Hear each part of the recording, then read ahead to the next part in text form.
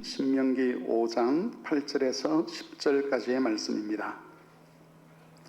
구약성경 269쪽쯤 되겠습니다. 신명기 5장 8절에서 10절까지의 말씀을 제가 봉독을 하겠습니다. 구약성경 269쪽 신명기 5장 5절에서 10절까지의 말씀입니다. 너는 자기를 위하여 새긴 우상을 만들지 말고 위로 하늘에 있는 것이나 아래로 땅에 있는 것이나 땅 및 물속에 있는 것의 어떤 형상도 만들지 말며 그것들에게 절하지 말며 그것들을 숨기지 말라. 나 내 하나님 여호와는 질투하는 하나님인즉 나를 미워하는 자의 죄를 갚되 아버지로부터 아들에게로 3, 4대까지 이르게 하거니와 나를 사랑하고 내 계명을 지키는 자에게는 천대까지 은혜를 베푸느니라. 아멘. 우리가 계속해서 십계명 말씀을 묵상을 하고 있습니다. 이 계명들의 말씀을 묵상할 때에 꼭 기억해야 될 것이 있는데, 그것은 하나님의 계명을 따라, 하나님의 뜻을 따라 계명을 지키는 것이 어둠에서 빛으로 나아가는 길이라는 것입니다. 반대로 계명을 지키려고 하지 않는 것은 여전히 영적 어둠 속에 머물러 있겠다는 것과 다를 바가 없습니다. 계명을 지켜야 된다라는 그런 이야기를 들으면 당장에는 우리 마음에 부담이 오는 것이 사실입니다. 하지만 구원이라는 것 자체가 계명을 지키는 것과 연결되어 있음을 우리는 알아야만 합니다.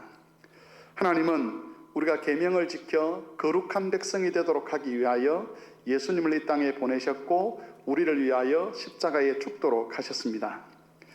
이 땅에 교회를 두시고 또 직분자를 교회에 주시고 치리회의 질서를 주셔서 성도를 보살피고 또 성도를 감독하게 하셨는데, 그 목적이 성도들의 거룩함에 있습니다. 그리고 그 거룩함을 이루는 방법 중에 하나가 바로 계명을 지켜 행하도록 하는 것입니다. 그렇기 때문에 자신이 구원을 받았다고 생각하는 사람은 거룩한 백성이 되기 위해서 계명을 지키는 일에 힘을 써야만 합니다. 무엇보다도 이 계명을 지키는 일은 하나님이 약속하신 복, 언약의 복을 누리는 길이라는 것을 또한 우리는 잊지 말아야 합니다. 세상도 자기 방식대로 살아가는 사람들에게 복을 약속하지 않습니까? 이렇게 살면 이런 복을 받을 것이라고 약속을 하지만 우리 하나님께서도 계명 지키는 자에게 주신 약속이 있습니다. 그 약속의 복을 언약의 복이라고 하지요. 하나님이 약속하신 복은 세상이 약속하는 복과는 질적으로 다른 복입니다. 그런데 이 복을 얻게 하는 길도 바로 계명에 순종하는 것입니다. 그러므로 계명을 외면하거나 또 그것을 지켜 행하는 일에 열심을 내지 않는다는 것은 하나님의 구원의 목적도 거부하는 것이 되고 또 하나님이 약속하신 복을 스스로 거절하는 것이 됨을 우리가 알아야 할 것입니다. 우리 교회에 속한 모든 성도님들은 계명의 말씀을 잘 묵상하시고 또 그것을 지켜 행하심으로써 구원의 목적에도 더 가까이 다가가시고 또 이 땅을 살면서 하나님이 약속하신 안식과 평강의 복도, 하늘에서 내려오는 그런 안식, 하늘에서 내려오는 그런 평강의 복도 함께 누려가실 수 있기를 바랍니다. 오늘도 지난주에 이어서 십계명 제2계명의 말씀에 대해서 설교를 하고자 합니다. 원래는 복과 저주에 관한 말씀을 오늘 설교를 하려고 했는데 조금 더 우리가 묵상해야 될 내용이 남아있어서 그 부분을 오늘 설교하고 복과 저주에 대한 말씀은 다음 주에 설교를 하도록 하겠습니다. 제2계명의 핵심은 지난주에 말씀을 드린 것처럼 하나님을 우상화시키지 말라는 것입니다. 특히 예배할 때에 우상 숭배자들이 그들의 신을 섬기는 것처럼 그런 목적과 그런 방법으로 하나님께 예배하지 말라는 것이 제2계명에서 강조하는 내용입니다. 이런 면에서 제1계명과 제2계명이 연결되어 있다는 것도 지난주에 말씀을 드렸습니다. 자기 안에 있는 욕망과 탐심을 포기하지 않는 사람은 반드시 하나님을 우상화시키게 되어 있습니다. 대신 하나님의 그 뜻을 알고 자기 속에 있는 욕망과 탐심을 죽이는 사람은 2계명에도 순종을 할 수가 있는 것이지요. 하나님의 뜻을 알고 그 뜻에 순종하는 것에 별로 관심이 없는 사람들은 이 계명을 아주 우습게 생각할 수도 있습니다. 하지만 이 계명은 우리가 생각하는 것보다 훨씬 더 집요하게 우리의 신앙을 위협하고 하나님으로부터 우리를 멀어지도록 하는 그런 유혹과 관련된 말씀이라는 것을 꼭 기억을 했으면 좋겠습니다. 여러분, 보이지 않는 하나님을 어떤 보이는 것으로 대처하려고 하는 것은 하나님이 원래 자신을 계시하신 바로 그런 하나님, 계시된 대로의 하나님이 아니라 우리가 원하는 하나님을 만들어내려고 하는 그런 의지를 반영한다고 볼 수가 있습니다. 자기가 생각하고 자기가 기대하는 그런 하나님의 상을 투영시켜서 자기 스스로 새로운 하나님을 만들어내는 일이 바로 제2계명을 어기는 일이라는 것이죠. 하나님을 우상화시킨다는 것은 하나님이 선지자들이나 또는 하나님의 영적인 지도자들을 통해서 계시된 그런 하나님 말고 내가 원하는 하나님, 내가 기대하는 하나님을 새롭게 만들어내는 일, 그게 바로 하나님을 우상화시키는 일입니다. 그래서 이름은 여호와인데 그 여호와라는 이름 안에 있는 신의 내용을 보면 성경에서 자기를 계시하고 있는 하나님과는 전혀 다른 하나님인 것을 발견을 하게 됩니다. 우리는 성경에서 그런 예를 자주 찾아보게 되는데 오늘 몇 가지 경우들을 좀 살펴보려고 합니다. 하나님을 우상화시킨 가장 대표적인 사건은 출애굽 당시에 이스라엘 백성들이 송아지 우상을 만들어서 그 송아지 우상을 향하여 여호와라라고 이름을 붙인 사건입니다. 모세가 하나님과 언약을 맺기 위해서 시내산에 올라간 이후에 한참이 지나도 내려오지를 않았습니다. 그러자 산 아래 있던 이스라엘 사람들은 자신을 인도하는 여호와 하나님을 어떤 형상으로 만들어 섬기려고 했습니다. 그래서 자신들에게 있는 보석들을 아론에게 주었고 아론을 중심으로 해서 하나의 신상을 만들었는데 그 신상의 모양이 숫송아지와 같았습니다.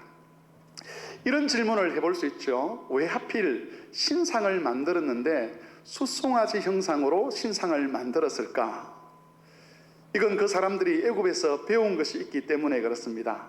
애굽에서 신들을 나타낼 때에 숫송아지 신상을 만들어서 자신들의 하나님이라고 그렇게 섬겼던 그런 것들을 배운 흔적이 있기 때문에 자신들의 배운 대로 그렇게 만들어낸 것이죠. 그렇다면 왜 하필 숫송아지 형상인가라고 했을 때에 그 당시에 이 숫송아지가 가지고 있던 상징성이 있었습니다. 그것은 다름이 아니라 능력과 비옥함입니다. 애굽 사람들은 자신들의 신들이 자신들에게 능력을 주고, 다시 말하면 군사적인 힘을 주고, 그리고 땅을 비옥하게 해서 자신들을 부유하게 만들 것이라는 그런 기대를 가지고 신들을 섬겼는데 그때 만들어낸 신이 바로 숫송아지 형상의 신이었습니다.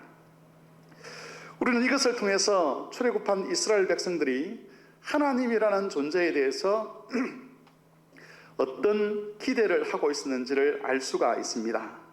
그들은 자신들이 계시받은 그대로의 하나님이 아니라 자기들이 원하는 하나님을 섬기기를 원했습니다. 그들이 원한 것은 애굽에 있는 신들처럼 능력이 있고 자신들에게 부를 가져다 줄 수 있는 그런 하나님이었습니다.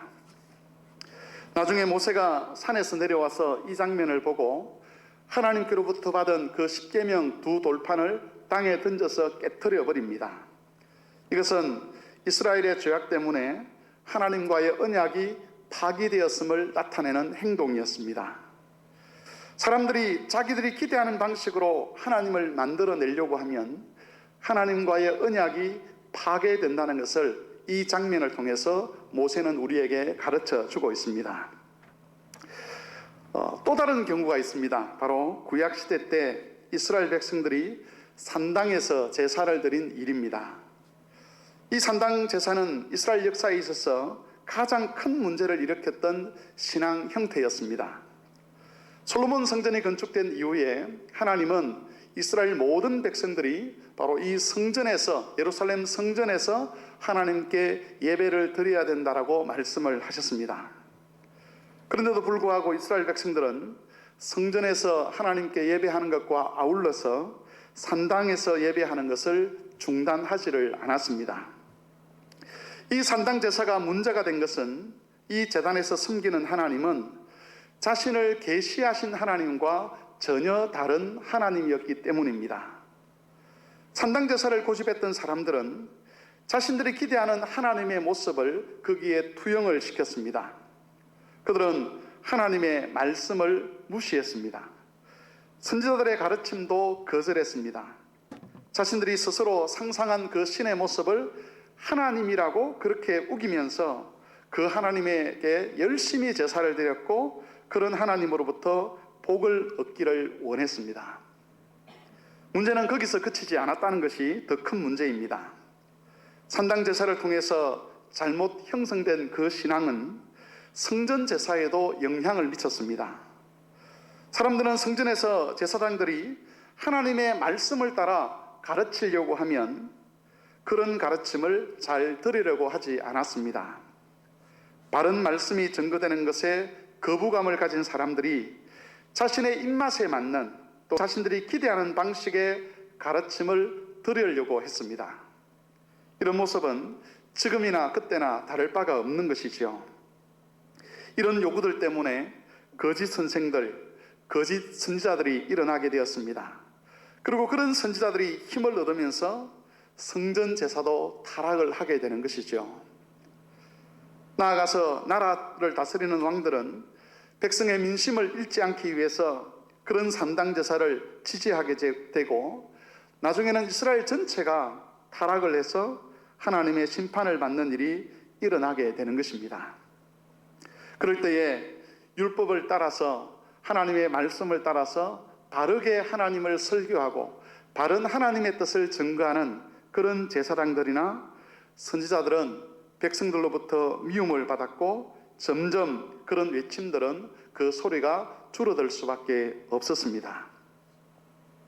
이 산당 제사에서도 문제가 되었던 것은 사람들이 하나님이 계시하신 그 방식 그대로의 하나님을 믿지 않으려고 했다는 것입니다.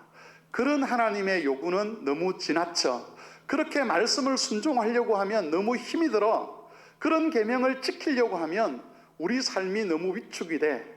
그러니 그런 하나님 말고 우리가 원하는 하나님에 대해서 설교를 했으면 좋겠어라는 그런 요구를 제사장들에게 선지자들에게 요청을 한 것이고 거기에 맞추어 설교하는 그런 선지자들과 제사장들은 인기를 얻고 힘을 얻었던 반면에 바르게 설교하는 사람들은 점점 이스라엘 사회에서 줄어들게 된 것입니다.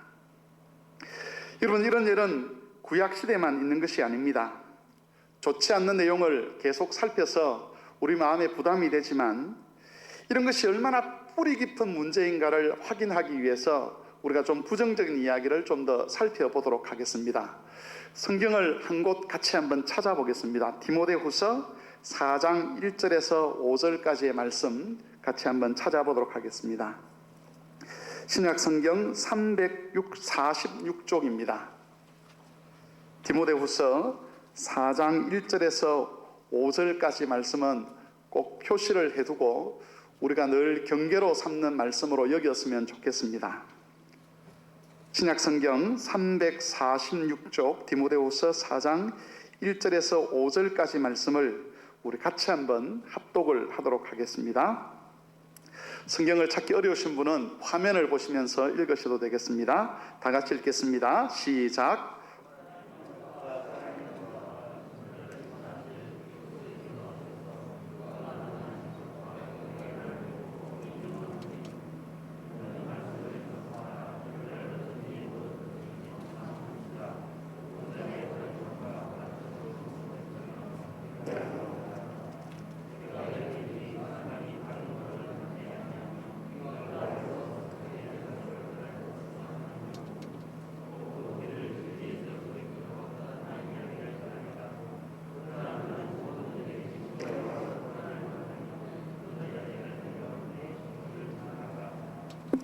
여기 보시면 5절에서 바울은 디모데에게 이런 말씀을 합니다.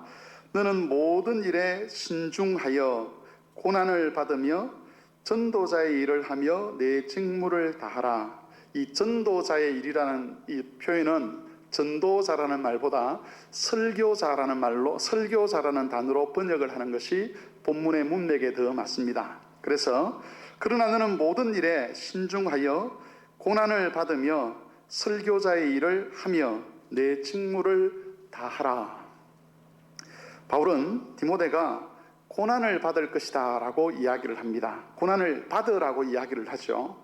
그런데 이 고난은 교회 밖에서 오는 고난이 아니라 교회 안에서 일어나는 고난을 의미합니다. 디모데가 자기의 직무를 다할 때, 설교자의 직무를 다하게 될 때에 교회 안에서 고난을 받게 된다는 겁니다.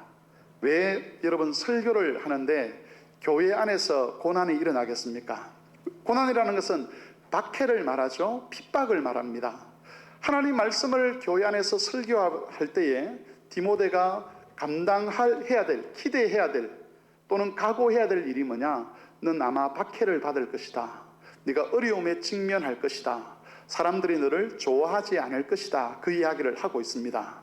왜 그런가 하면 거기 보시면 3절에 보시면 때가 이르리니 사람이 바른 교훈을 받지 아니하며 귀가 가려서 자신의 사욕을 따를 서성을 많이 두고 또 그 길을 진리에서 돌이켜 허탄한 이야기를 따를 것이다. 귀가 가렵다는 것은 귀가 욕망에 오염되었다는 그런 뜻입니다. 어떤 말씀을 들을 것인지 안 들을 것인지를 귀가 구별을 해야 되는데, 비유죠. 이 귀가 오염이 되었기 때문에 어떤 말씀만 들으려고 하느냐 하면 자기의 사욕, 이 사욕이라는 말은 욕망이라는 말입니다. 자기의 욕망을 만족시켜 줄 수 있는 그런 말씀만 이 귀가 들으려고 한다는 겁니다. 그래서 그런 가르침을 주는 서성을 많이 두고 그런 가르침을 따라 살려고 하고 진리에서는 돌아서려고 한다는 겁니다. 이게 교회 밖에서 일어나는 일이 아니라 교회 안에서 일어나는 것이지요. 이것은 그리스도와 그리스도를 통해서 계시된 하나님을 거부하는 것과 같습니다. 대신에 자신의 욕망에 맞는 하나님을 스스로 만들어내고 그런 하나님에 관해서 설교하는 이야기를 들으려고 하는 것입니다. 욕망과 탐심을 버리고 계명을 지키라고 말씀하신 그런 하나님 말고 자기 안에 있는 욕망을 지지해 줄 수 있는 하나님, 그런 하나님에 관한 설교, 그런 하나님에 대한 가르침, 그런 하나님에 대한 약속을 듣기를 원하는 것이죠. 사람들은 하나님을 부담스러워합니다. 그런 글이 있는 참 안식과 참 평강에 대해서 모르기 때문에 늘 송아지 같은 하나님, 산당에서 제사 지낼 때 섬겼던 그런 하나님을 사람들이 원했던 것입니다. 앞에서 말씀드린 대로 이런 부정적인 내용을 계속 말씀드리는 이유는 하나님을 우상화시키는 일이 사람들 안에 얼마나 뿌리 깊게 박혀있는 그런 문제인지를 우리가 알아야 되기 때문입니다. 이건 정말 우리 내면 가장 깊숙한 곳에 꽈리를 틀고 앉아 있습니다. 어떤 때는 자신의 모습을 감추기도 하지만 우리가 의식하지 못하는 사이에 이 잘못된 판단들이 슬그머니 자신의 정체를 드러내면서 우리의 믿음을 병들게 합니다. 우리는 우리를 우상화시키고 있는 이런 실체가 있음에도 불구하고 자신이 그렇게 하는 것을 잘 깨닫지 못합니다. 이스라엘 백성들이 하나님을 우상화시킨 것 때문에 망해갈 때에 하나님께 그렇게 탄식을 냈습니다. 하나님, 우리가 하나님 잘 섬기고 있는데 왜 우리가 망해야 됩니까? 라고 그렇게 하나님께 원망을 했습니다. 그들은 예레미야 같은 선지자들을 학대하고 핍박하고 죽이려 하면서도 자신들에게 무엇이 잘못되었는지를 몰랐습니다. 왜냐하면 아주 뿌리 깊게 박혀있는 그 거짓된 욕망, 하나님을 우상화시키려고 하는 그 욕망이 슬그머니 그들 속에 올라와서 그들의 심령을 휘어잡고 결국에는 하나님을 우상화시키면서도 자신들이 하나님을 우상화시키고 있다는 것을 전혀 알아차리지 못했기 때문입니다. 여러분, 우리가 알아야 할 것은 우리 역시 이 문제에서 자유롭지 않다는 것이지요. 여러분, 우리가 기도할 때에 우리의 기도를 들으시는 하나님은 어떤 하나님이라고 생각을 하고 기도를 하십니까? 정말 내가 믿는 그 하나님이 성경에서 자신을 계시하신 그 하나님이 맞다고 우리는 분명히 확신할 수가 있습니까? 내가 알고 있는, 내가 기대하는 하나님은 스스로 자신을 계시하시고 십계명의 말씀을 주시고 자기 아들을 십자가에서 죽게 하시고 나아가서 성령과 말씀을 통해서 우리를 거룩하게 변화시켜 가시는 그 하나님이 맞는지 우리가 살펴보아야 합니다. 사실 잘 모르겠다고 하는 것이 정상이죠. 그게 정직한 답입니다. 우리가 하나님께 기도를 하는 것을 보면 우리가 어떤 하나님을 기대하고 있는지 알 수 있습니다. 내가 어떤 것을 하나님께 기도할 때에 이 기도는 하나님이 들으시겠다 할 때 바로 그 기도를 듣는 하나님, 그 하나님이 우리가 믿고 있는 하나님인데 그 하나님과 성경에서 계시하고 있는 하나님이 같은 하나님인지 우리가 잘 모른다는 겁니다.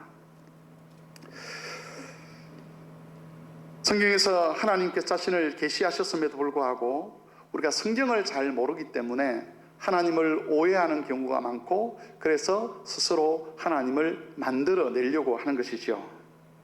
그래서 여러분, 하나님이 우리에게 하신 말씀이 뭐냐 하면 하나님에 대해서 듣고 배우라고 하신 것입니다.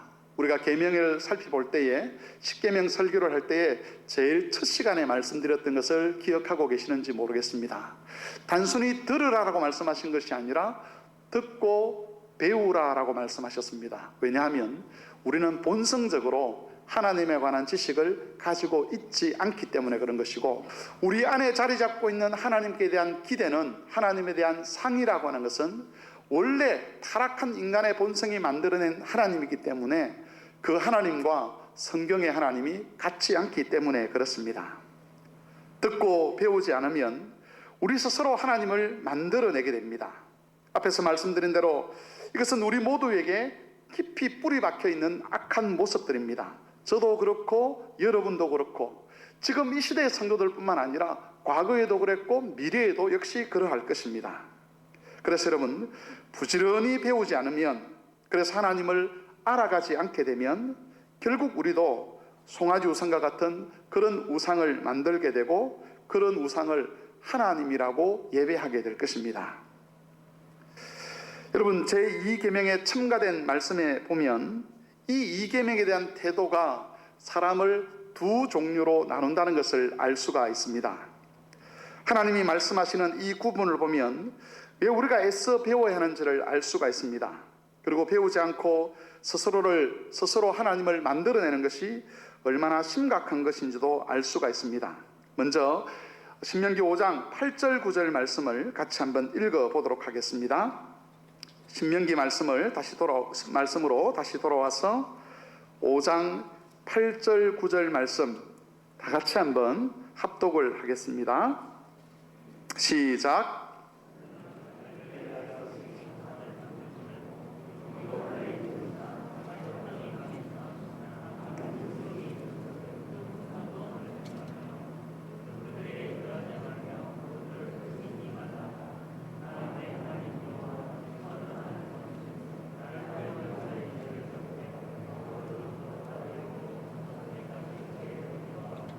여러분, 여기서 하나님은 계명을 지키려고 하지 않는 사람들, 다시 말하면 하나님을 우상화시키려고 하는 사람들을 일컬어서 나를 미워하는 자라고 그렇게 규정을 하십니다.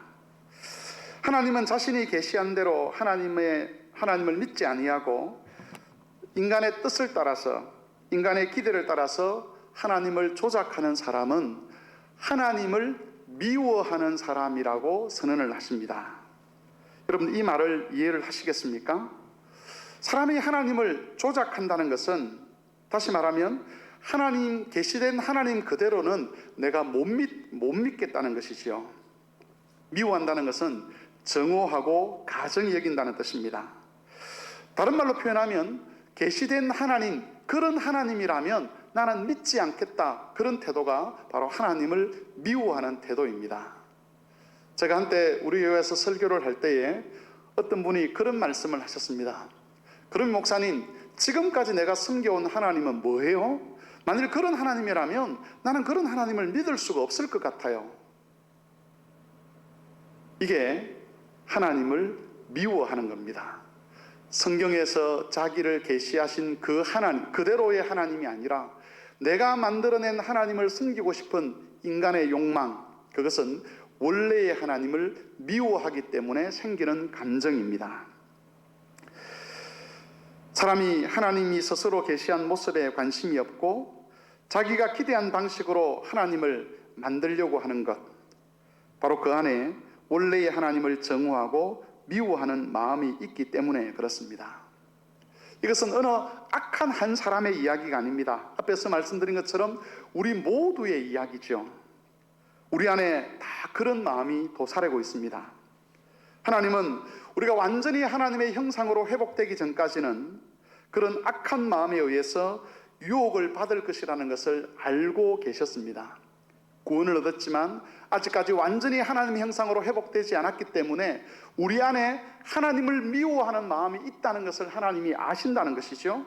그래서 그런 미워하는 마음에 유혹되지 않도록, 미혹되지 않도록 이 계명 말씀을 통해서 미리 우리에게 경고하시는 것입니다. 하나님을 정오하는 것, 하나님을 미워하는 마음에 미혹되지 말고 절대로 스스로 하나님을 만들어내어서는 안 된다라고 말씀하시고, 그래서 하나님의 말씀을 배우고 계시를 따라서 하나님을 섬기라고 하시는 겁니다. 하나님을 미워했던 사람들이 어떤 사람들이가 하는 것은 예수님 당시 유대인들을 살펴보면 알 수가 있습니다. 유대인들은 율법을 가지고 있었습니다. 그들은 성전도 가지고 있었습니다. 자기들 나름대로는 하나님을 잘 섬긴다고 생각을 했습니다. 하지만 하나님의 참 형상이신 하나님의 아들 예수님이 땅에 오셔서 그들에게 참 하나님을 계시하기 시작했을 때에 유대인들이 보인 반응은 예수님을 죽이려고 했다는 것입니다. 그들은 예수님을 통해서 계시되는 하나님에 대해서 참을 수가 없었습니다. 그래서 하나님을 계시하시는 그 예수님을 죽여서 자신들이 만들어 놓은 그 하나님상을 계속해서 지켜가고 싶어 했습니다. 율법도 있었고 성전도 있었지만 그들이 믿는 하나님은 계시된 하나님이 아니라 자신들의 욕망을 따라 탐심을 따라서 만들어낸 하나님이었습니다. 그런 하나님상을 제거하고 참 하나님에 대해서 가르치려고 할 때에 유대인들은 예수님에 대해서 적대감을 보였다는 것이죠. 그 말은 참 하나님에 대한 미워하는 마음, 정오심이 그들에게 있었다는 것을 의미합니다. 하지만 여러분, 하나님의 아들이신 예수님이 이 땅에 오셨을 때에, 그리고 예수님이 그런 하나님을 계시하셨을 때에 바로 그 하나님을 사랑하고 그 하나님을 예배하기 위하여 적극적으로 예수님에게 나아왔던 사람들도 있었습니다. 우리가 잘 알고 있는 세리와 죄인들이 바로 그들이었습니다. 그들은 죄 가운데 있었지만 예수님을 통해서 계시된 그 하나님을 흠숭했습니다. 그 하나님을 섬기기 위해서 자신들의 죄를 회개를 했습니다. 회개를 한다는 것은 죄를 중단한다는 것을 의미하고 자기의 죄를 미워한다는 것을 의미했습니다. 세리들은 자신의 욕망을 짓누르기 시작했습니다. 왜냐하면 그 하나님께 나아가야 하기 때문에. 그들은 하나님을 조작하려고 하지 않았습니다. 예수님이 가르쳐 주신 그대로 하나님을 배웠고 그 하나님을 믿고 섬기고자 했던 것입니다. 오늘 본문 10절 말씀을 보시면 하나님은 이런 사람들을 두고 나를 사랑하는 자라고 선언하십니다.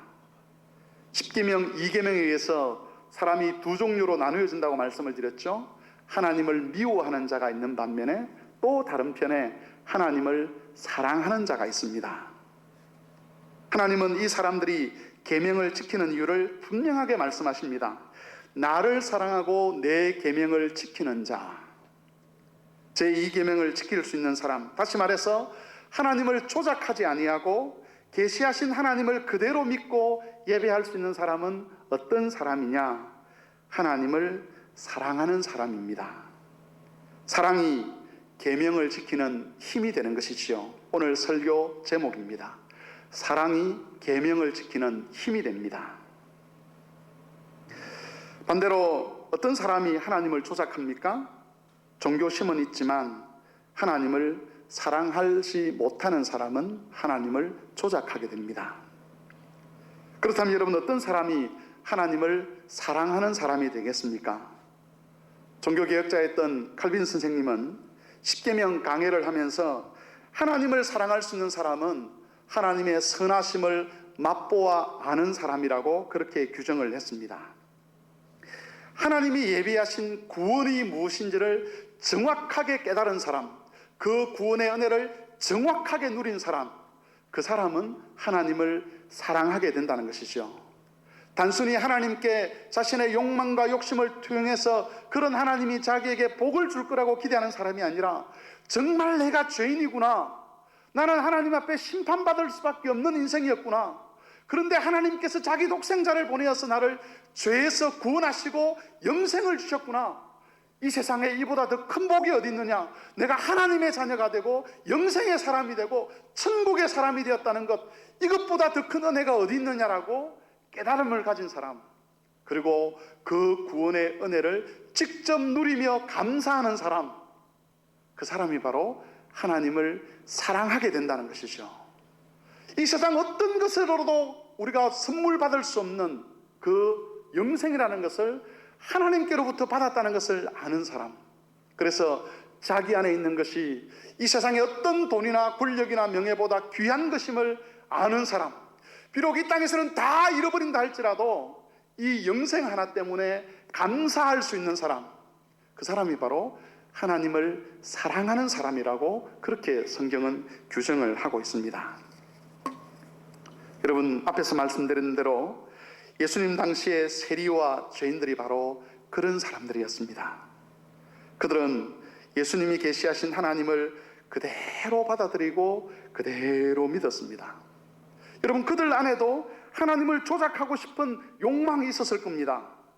하지만 그들은 그렇게 하지 않았습니다. 아니, 그렇게 할 수가 없었습니다. 왜냐하면 자신들이 하나님으로부터 받은 그 사랑과 구원이 얼마나 크고 놀라운 것인가를 알았기 때문에 그런 하나님을 두고 다른 하나님을 조작해서 만들어내고 자신의 욕망과 탐심을 위해서 이 하나님을 버려두고 다른 하나님을 섬길 수가 없었던 것입니다.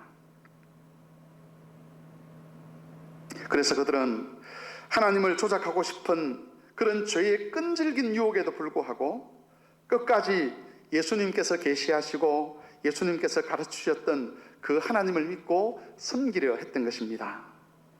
비록 하나님의 계명이 당장에는 부담이 될 수도 있었지만, 하지만 그것이 생명의 길이라는 것을 그 사람들은 알았습니다.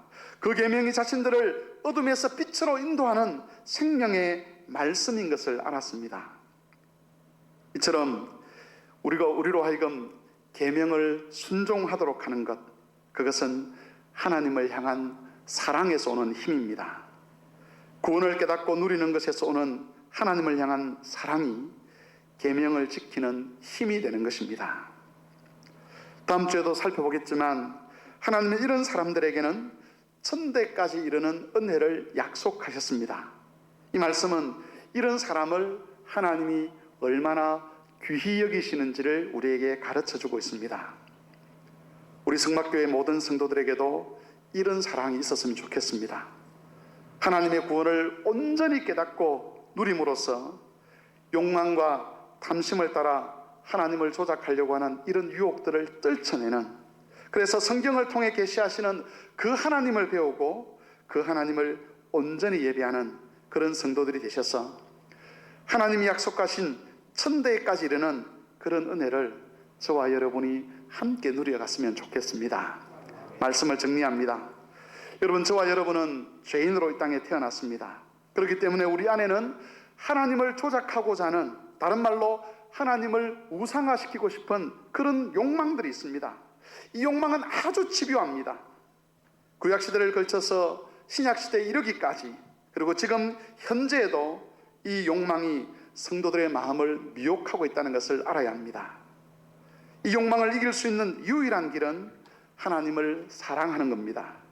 그리스도 안에서 우리의 죄를 용서하시고 예수 그리스도에게 우리를 연합시켜서 거룩한 백성으로 세워가시는 그 은혜의 진짜 가치를 깨닫는, 그 은혜를 감사하는 그런 사람만이 가지게 되는 사랑이 있을 때에 하나님을 우상화시키지 않고 계시하신 그대로의 하나님을 믿고 섬길 수가 있는 겁니다. 여러분, 이 사랑을 알게 해주시기를 기도합시다. 그리고 이 사랑이 우리 안에 풍성하게 거하기를 기도합시다.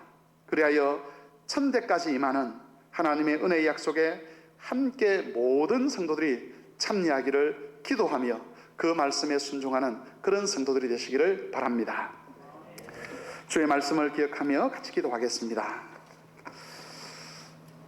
우리가 이 땅에 죄인으로 태어났기 때문에 가지고 있는 거짓된 욕망, 그 욕망을 이기고 하나님을 사랑하는 그 사랑 때문에 계명을 지켜 순종하는 자가 되게 해주시기를 다 같이 한 목소리로 기도하겠습니다.